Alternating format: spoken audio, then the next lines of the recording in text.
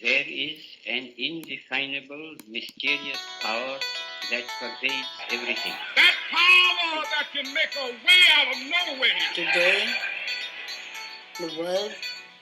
in the world, there's so much suffering because of that one of prayer. Welcome to the main event. Welcome, everybody, live from New York City. This is Prayer Revolution. So glad to be here. My name is Doyal. I'm with my good friend, Vira. And we're in the Prayer Revolution. We say a prayer, and then we discuss the mood of prayer in our daily lives. Love you, Vira. How you doing? Love you too, buddy. I'm doing good. Yeah, appreciating. I picked up a book. I'm renting an office in Florida from a friend of mine who runs an online company, and so he opened up his space and gave me a very, very, very discounted, loving rate. And I walked out, and he has there's a gift store, so there's like an in-person kind of version of what he does online, and there's a little free section, and I went over there. And I've just heard so many quotes and passages and different things from C.S. Lewis over the years.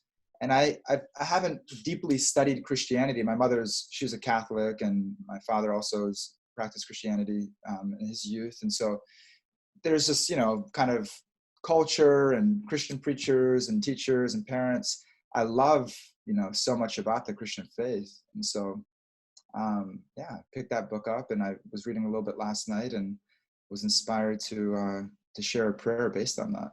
What was the book? It is C.S. Lewis, and I can't remember the title actually, but it's one of 3 books. He kind of like took these audio, he had given lectures, I guess, at some point, and had turned those into books, and it's 3 kind of different aspects of Christianity or like that. So. Got it. Mm-hmm. C.S. Lewis. Love C.S. Lewis. Yeah. And so, but how about yourself? How you doing? I'm ready to hear C.S. Lewis. You ready? Okay. All right.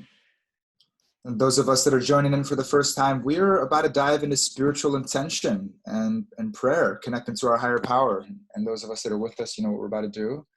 Find a comfortable seat. Whatever you're doing, wherever you're at, just find a pause in your day. If you're at work, or if you're doing household chores, or you are driving, keep your eyes open, but maybe park on the side for a couple minutes. Wherever you are at, take these moments to pause and connect to your breath. That inward and outward flowing breath that happens without us even thinking about it. We are given life at no charge, at no cost. We are given the breath of life. And that somehow or other, nature is so perfect that our exhalation, the waste of our body, is a vital element to help this earth to flourish, this environment that we're in to flourish. It's a perfect exchange taking place. This is so much connected to the nature of our soul. The beautiful principle that is highlighted by St. Francis's prayer: in giving, we receive. This beautiful symbiotic, synthesized relationship of receiving love and giving love, receiving service and giving service. Perfection of existence. My dear Lord, we pray to you today that we may recognize, every single one of us, that we are all within your house. Every person, every living entity on this planet, we're all a family. There's different rooms inside of that house, and sometimes there's conflict between family members and difficulties that we face. But to see that big picture, that we're all your children, and that ultimately we're all connected in spirit. We're all connected as a spiritual family. And those individuals that are in the house that are struggling to see that, and that box themselves in their rooms and make their room the only right way, the only right path, whatever that may look like. Help us to have compassion in our heart. Help us to see that somehow or other fear is governing in their lives. And that fear is stopping them from experiencing what it is they're really seeking. which is that synthesis, which is that love, which is that service. And help us to have an empowered vision, a vision of truth, being able to see this beautiful sacred house that we're dwelling within, and that we may be shepherds, that at the end of our days, the end of our weeks, months, and at the end of our life, when we look back, we can say that I gave as much as I took. And that by giving, I received so much in my life. And that receiving was part of that synthesis.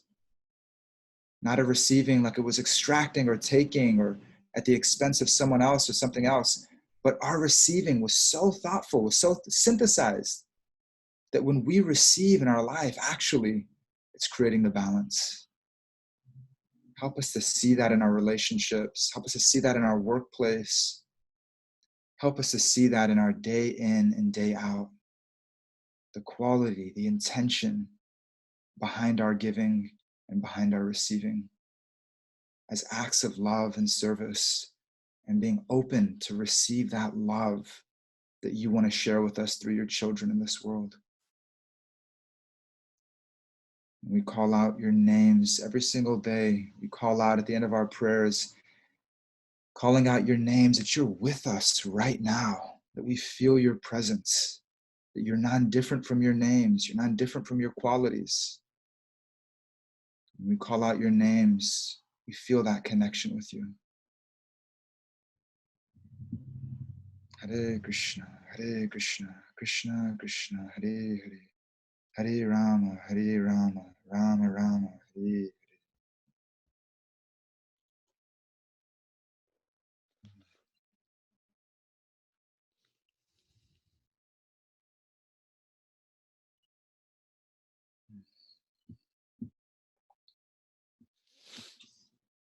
Thank you, Vira. Mm-hmm. Thank you.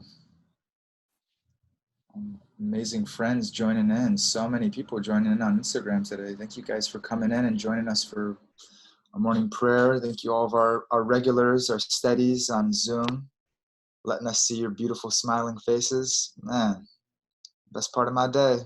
The best way to start the day is to pray. And then what do we do after we pray? We say a prayer and take it from there. Well, you got it, baby. We say a prayer and we take it from there. That's for all of us. It's such a simple phrase, but it's like a mantra, right? Say a prayer and take it from there. You know, it's like, man, before I eat, before I work, before I open my mouth, before I act, before I drive, before I whatever, before I cook, before I everything, say a prayer, take it from there. Connect to that intention, connect to the mind and to the consciousness. Why is it that we're moving? Why is it that we're seeking this? Why is it that we're striving? Whatever it is in our life, just ask that question and it brings us to life. So, appreciating that intention. Love you. You were sharing that was inspired by something you read from C.S. Lewis? That was, yeah, it was. You know, and I just started reading this book. I'll look at the title for those of you guys that are interested in it, but just reading in the beginning, and he's talking about what I'm understanding to be a certain level of spiritual maturity, and the way that he approaches his Christian faith, recognizing, recognizing that there are rooms in the house, but not that those are not separations from, feeling the connection to every person, whether they have faith or not, whether they're practicing, spiritual tradition or not, whatever that may be. They're part of that family. We're all part of that family. Every person on this planet is part of that family. And, in his emphasis, toward, somebody that does not feel that they're part of that family, okay, well, they need the most compassion and the most love, and they're suffering the most, feeling that isolation and that fear and friends and enemies, and, that type of position in life is it's a pretty intense position to be in. And to recognize, and he's, even in different Christian faiths, whatever the faith is, just to recognize these different rooms inside of this big house, and that there's a central hall, there's like a central cathedral inside of this house that all of the rooms connect to. Every room in that house connects to, and there is space in that cathedral. There's acceptance in that cathedral. There is that universal way that we can all see the different robes, guises, the ways, the names, the forms, all the different aspects of spiritual, traditions and religion, that we can see it all come together as one faith in that cathedral. And one deep yearning of the soul to reconnect spiritually, to reawaken spiritually. And so that's how he's approaching his Christianity, how I understood it at least. And that, just such an inspiration, always, right? That, I'm down here in good old Alachua, Florida, and, in the South, we got a lot of Christian faith down here. And, there's a Baptist church, a Methodist church, Catholic church, or this church, or that church. There's literally there's 20 churches in like a 1 mile radius right here, There's the old, this old, one faith Christian. There's all these different, whatever. And and then there's the Hare Krishna temple, and then there's the temple of the universe. There's all these different faiths and traditions, and the unity in that diversity. Being able to see that, the master is recognized by their dog, no matter what cloth that they're wearing, no matter what dress that they have on, or even if they're naked, right? That dog can see the master and says, oh yeah, that's my owner, that's my master. And so just, that's so much needed in the world, and the power of that vision, what it does, all the prayer revolution we're talking about, the problems of the world that we're seeing, so much of it is just from that misidentification at such like a heart level, right there, right off I'm practicing, I've got my faith, I got my religion, and, it separates me from people. It's like, we just missed it. We just stepped right over that first, lesson, that we're all children of God, and that we can all be instruments of God's grace in every person's life. And from there, from that beautiful commandment, to be able to recognize that in every person, and to love every person in that way, no matter what's going on, no matter what's taking place in their life, that is the essence of spirituality that we're seeking. And when we start to experience that in our life, that there are no boundaries, and there are no limitations to our love. There are no boundaries to who can receive it and who doesn't receive it. You start to feel, my God, every single moment of my life is an opportunity to experience that love, experience that which I'm seeking more than anything else in my life. And so just a great need for that. And thank you, C.S. Lewis, for pointing that out as someone who's, deeply faithful to the Christian tradition, and also so mature and so wide in his acceptance, and in that space of being able to hold that space for every person on this planet. So you mentioned loving somebody no matter, no boundaries, no limitations, and no matter what space they are in their life. And just, it can be challenging if that person is causing harm to you or others. And so how do you approach that? It's a great question. And, us expressing love in our life is one thing, and boundaries is another thing. Receiving, somebody, if somebody's dysfunctional and toxic and violent, and okay, there's certain strictures and certain boundaries to protect them. It's actually protecting them from causing harm and, and hurting people, and hurting themselves in the process. They may be in that place in their life where they aren't able to express that love because the pain that they're experiencing in their life. So they express that anger, right? That they see love, they see happiness, and it brings up that pain, and they want to lash out, right? There's that because the sadness and the pain is so deep, and it's so scary to feel that. We're talking about criminals. We're talking about, people that have experienced, tremendous pain and suffering and trauma in their life, that there are certain boundaries. And that's, that goes from the more extreme, like I'm talking about right now, somebody who's actually has violence, that they're triggered to violence. That's an extreme case of it.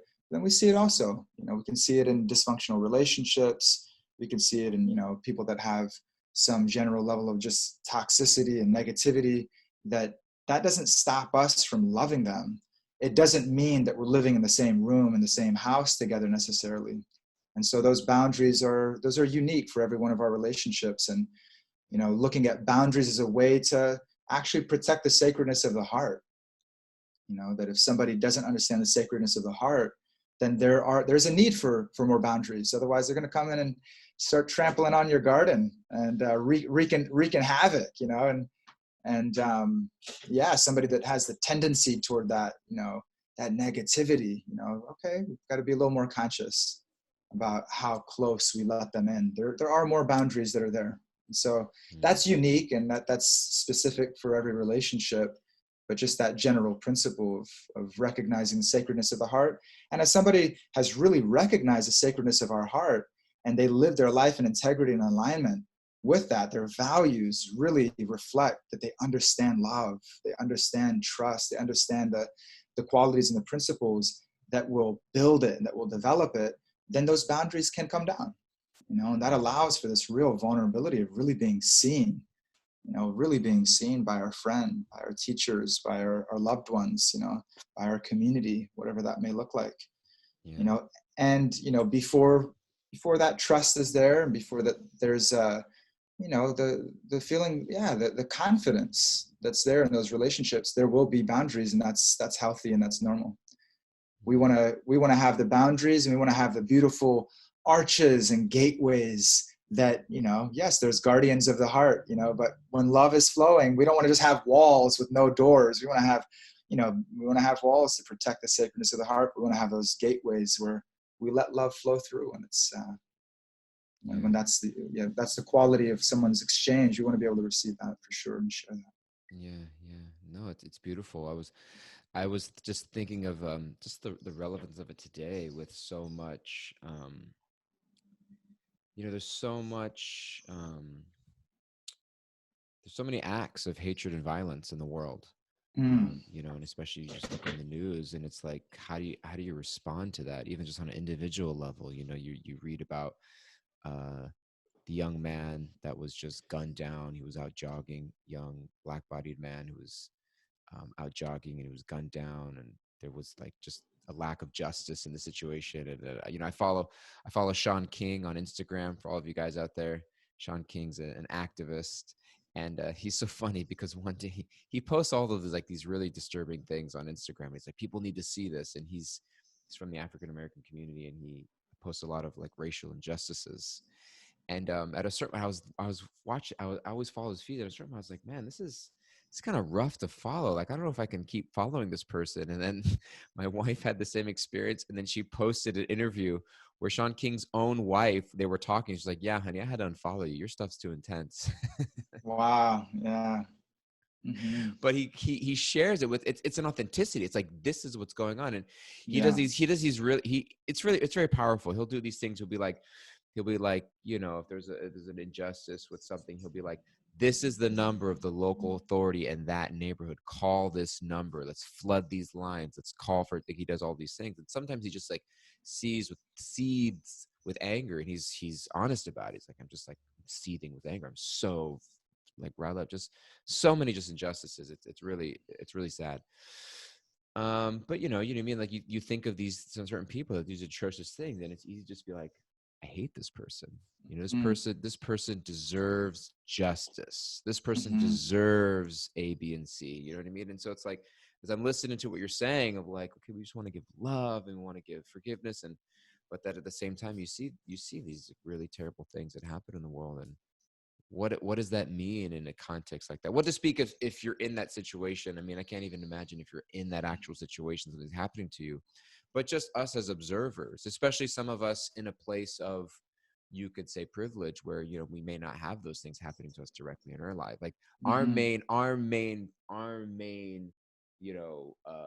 trouble that we're praying about is, oh, somebody said something mean to me, or, my son's not being this and that, or whatever, like some of our challenges may seem a little trite in comparison to some of like the serious issues that are happening in whether it's in regards to race or socioeconomic backgrounds or gender. And so as we look and observe that in the world, what does it mean? How do we take everything you're saying and apply it in those situations? Well, first off, I want to acknowledge, absolutely, I'm privileged. You know, I That's experience not what I privilege. was saying, but I experience privileges that a lot of people don't. You know, a lot of people don't experience the privileges that I do as a white-bodied male. You know, and and and so I recognize that for sure. And so I definitely I can't speak to certain sufferings. I can't speak to certain vices that I don't have personal experience with. And yeah, forgiving, you know, racial hatred, I can't speak to that. I can't say that because I haven't experienced that. I've experienced the other side of it in some ways, but not the way that you're talking about it at all. I wouldn't claim to. So, you know what, I think you know, the general principle, and I'm reflecting on Radha Swami's book, The Journey Home, because he was a social, and you know, he was a civil rights activist and had that nature growing up, wanted to see justice and wanted to see equality and wanted to see, you know, the human race interacting in a loving way with one another. And yeah, that, you know, whether it is social injustice or, you know, racial injustice or any injustice in the world, you know, really we're our attempt is to live our life in such a way that, you know, we're helping that, you know, we're helping to solve that challenge, you know, through the way that we act and the way that we behave in our own lives. And so, you know, I want to look at my own life and I want to say, how can I be more loving and more accepting to all my brothers and sisters of this world, no matter what their background is, faith, whatever it may be, to help to rewrite that story. Let me just be one person that helps in some way to do that, you know, in whatever way that I can in my own life. And so I look at that and I'm being, yeah, I'm being cautious because I recognize it's a very, you're bringing up something that the world has been suffering from, you know, forever. Whether you look at it, you know, religious injustice, you look at the wars that have been fought, you know, throughout time because of religious differences, or the wars that have been fought because of the color of the skin differences, or the battles that are being fought internally because of gender equality and, you know, economic inequality. So many fights and so many battles are being fought. And so when I look at it in my own life, I'm just trying to see, how can I, you know, yeah, how can I behave in my life in such a way that I'm not creating another battle, you know? Mm. And sometimes it's inevitable. Sometimes, you know, we're pushed to that point where we have to fight back. And until that, you know, how can I treat people in my life? Women, how can I treat people of different color, people of less means? Yeah, what can I do in my life to make a difference in that? So I have a lot to look at personally. I have a lot to look at in my own life, and I want to kind of stay. I'm staying in that consciousness, not so much the suggestion of or the solution. But yeah, I want to see how I can make a difference. And I think if every person is asking that question, how they can make that difference, then, you know, I pray that the motive is something that brings that individual closer to their soul and closer to their relationship with God. I pray that the motive behind whatever it is, you know, that someone can feel that connection beyond the body, beyond the mind, beyond the injustices of this world, to be able to feel that there is a loving mother and father that sees them and that is with them, and they feel that closeness in their heart. And they feel that ultimate freedom and liberation of that connection in their heart, no matter what atrocities are being, you know, are taking place in the world. So, Thank you. mm-hmm. Yeah. As I was thinking, you know, I was thinking it from a spiritual perspective that um,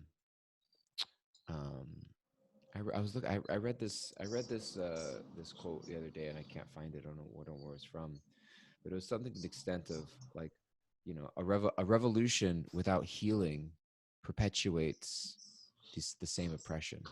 Mm-hmm. You know what I mean? We put ourselves in that place, and I think that Richard Rohr talks about these ideas of restorative and retributive justice. You know, retributive justice is like an eye for an eye. Like, you know, you did this and you gotta throw them in jail, or, you know, execution, or whatever it is, slap on the hand. Or, and restorative justice is this idea that this person is not well. You know, and if you look at it from a spiritual perspective, you know, the Srimad Bhagavatam discusses Savai Pung Sang Paradormo Yato Bhaktir Hotuj Ahaitikya Pratiyata Yatma Suprasidati. That the nature, the dharma of every soul is to be situated into divine loving service, causeless and unmotivated divine loving service to higher power. And that love for that higher power expresses itself into compassion for others. So if a person is experiencing hate or violence or a desire to harm another living entity, they're so out of alignment with their soul. Like, that soul does not and cannot find happiness. You know, sometimes we talk about, oh, this person's getting away with murder, figuratively or literally. This person's just getting away with it. It's like, there's no getting away with it, because at the end of the day, that person is so out of line. That person cannot find happiness, and they will not find happiness until they find that alignment of themselves in true nature with higher power and naturally extending to other living beings. So it's kind of like, we could, as hard as it might seem, we can look at it, it's like, that person is so lost. That person is so lost, and they're spiraling down into such a level of disconnection. Now, there's a certain level of justice and boundary to prevent that from happening again. Like, you know what I mean? We talk about, like, people's beliefs, or, you know, everyone's allowed to, everyone is entitled to their own beliefs, but you're not entitled to your own beliefs when those beliefs infringe on the rights and well-being of another person. And therefore we have laws, and therefore we have et cetera. And so you have to prevent that from happening. But I think that for me as a witness, I can look and I can pray for both the suffering of the victims, and also the suffering of the perpetrators. In that my prayer isn't, you know, it doesn't mean that everyone's just off the hook, but it means, like, wow, like, this person is doing what they're doing because there's such a thwarted conception of who they are and who other people are, that's casting that person into such an illusion. And like, that ultimately, it's kind of like it's like anger. Anger is a rush. And anger can be a very empowering thrill. You know what I mean? It's like, you get this anger and thrill, or whatever it is. But when it all calms down, when the rush is over, there's like this tremendous loneliness and sadness, and sometimes regret, you know? And so I see, like, wow, the emptiness that's there in these people committing these atrocities is so sad. It's so sad that there's actually an ability to I think that that's where the prayer comes. You know, let us please, like, my dear Lord, please, like, be with this person who's so forgotten you, and be with these people who are suffering the effects of what it, like, I at the end of the day, I can look back and be like, this is what life is like without spiritual consciousness. Like, this is what happens. Like, this is just what happens when we're lacking spiritual consciousness. And so it's like, I please pray for that to kind of wash over us. Yeah, we forget that we're a family. We forget that we're in the home, and anyone who's treating their family, their brothers or sisters, anyone that's treating them with violence or with, you know, shame and judgment, and, you know, then absolutely it's a state of suffering. So thank you for bringing that out, DG. You're bringing it into my heart, into my soul, how I can take it into my relationships with more sincerity and more integrity, that every person that I come into contact with, how can I hold them in that vision? How can I hold them in that space? And whatever I can do, you know, one little person in the, you know, the vast, massive world that we live in and universe that we live in, one person to try to bring that consciousness, you know, and all of us today, all of us that are tuning in today, to bring that consciousness into our life. Yeah, there is suffering in this world. There's no question about it. It's the suffering of humans that have forgotten themselves, you know, spiritual beings that have forgotten themselves, that have forgotten our interconnectedness, forgotten that we are one. Absolutely, we are one. And that the way we exchange with each other, the way that we connect with each other, helps us to either see that or helps us to put up those boundaries and those walls and to further disconnect. And so we all play a role. We all have an effect in little and big ways throughout this world, a ripple effect of our consciousness. And so let us, we pray for those individuals that are suffering right now due to the oppression and the hatred of people that are seeing them as enemies. We pray for those individuals also that are seeing the world with those eyes of rage, those eyes of resentment, those eyes of violence. We pray that they can experience a closeness with their soul and with God, and a closeness and a connection with every person on this planet, no matter what their skin color, religious faith, background, no matter what their position is materially, that we can all recognize the inherent spiritual value of every person. So we pray for this. And we're all instruments. We're all empowered instruments. If we keep that in our consciousness, we'll be given opportunities to touch people's hearts and touch their consciousness just through our being, without even saying a word. Just through our being, people will experience that and see that as something to strive for in their own life. So we're all working on it, and let's keep inspiring each other and keep inspiring everyone we come into touch with, just to feel that connection a little bit more. I was thinking, and we're gonna wrap it up, but I was even just thinking of this idea of like disease, like the diseased person, and we talk about hate the disease, but not the diseased. And COVID-19, for example, it affects everybody differently. Some people get, when my wife's grandmother is 94 and she got COVID and she passed away just the other week from it. And as soon as she got COVID, we're like, oh, okay, this is it. You know what I mean? Like she's not going to make it out of this, just her age and her health and everything. But there's so many people. The reason there's so much social distancing, because you could be an asymptomatic person, but still carrying the disease, and you could pass it on to somebody else, and so I have friends that I know who got COVID, and it was like a really, really bad, they stayed at home. They didn't go to the doctor. They couldn't get tested, and they just waited it out.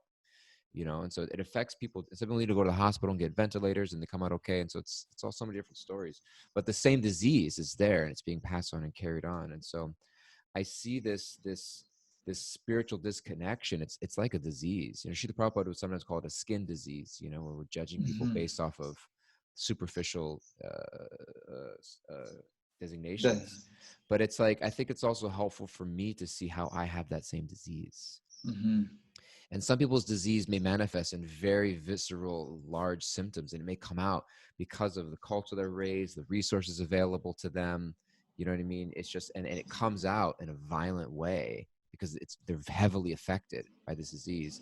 Or I may have this disease, or I may sometimes see asymptomatic, but it can just burst out. You know what I mean? I have these moments sometimes, if I'm honest and humble enough and confess, it's like, even in my relationship, you know what I mean? I'll have these moments, my wife and I'll be arguing, and I'll just say something, or something will come out of me, and I'm like, holy crap, what the hell was that?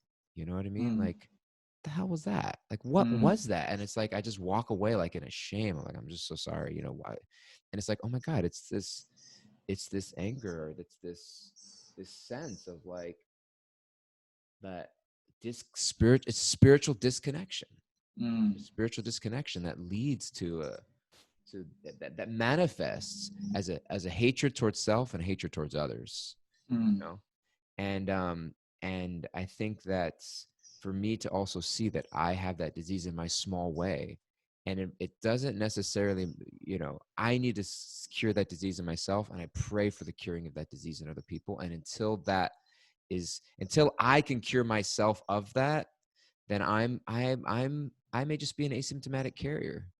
I can easily just be passing that along. You know what I mean? And I may not pass it. And the person that I pass it along to may experience that disease on a much heavier level than I do. You know what I mean?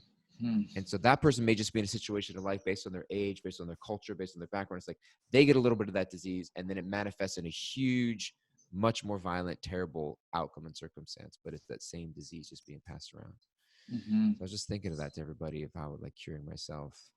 I just want to say hi to Jack out there. My gosh, Laura's cute little boy is just doing a belly dance with no shirt on in front of the camera.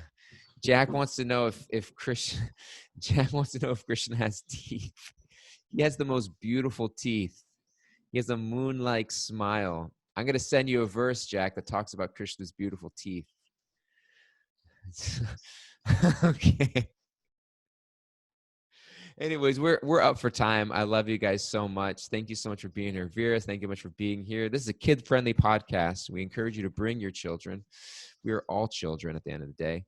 And we love you guys. And thanks so much for tuning in. If you're listening on Instagram or on our recordings, please write to us at prayerrevolution at bhakticenter.org so that we can receive your love. And we'd love to have you join our little Zoom crew. We have a live Zoom crew. We have a chat board, and we have people. Oh, Michelle Berger's got her little, I don't know if that's Lexia who made us a smoothie the other day, but all these little beautiful children on here. We love you guys. If you're listening on one of our recording platforms, Apple Podcasts, SoundCloud, Spotify, YouTube, please subscribe, leave us a 5-star review, write us a review. We love to hear from you guys.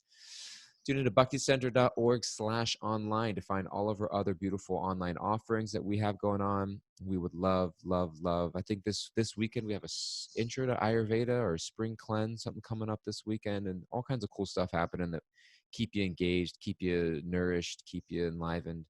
Stay connected, and we'll see you next time. Anything on your last? Did I miss anything, Vera? Yeah, no, you're ending with such a beautiful analogy, the carriers of a disease, and let's all be carriers of divine love and compassion in our lives. Let us be carriers of that compassion in the lives of everyone we come into contact with, and see how just like a disease can manifest in very magnified ways, so can love. It can transform someone's heart. Yeah. Love you guys. Bye-bye. Have a beautiful, beautiful day. Haribol.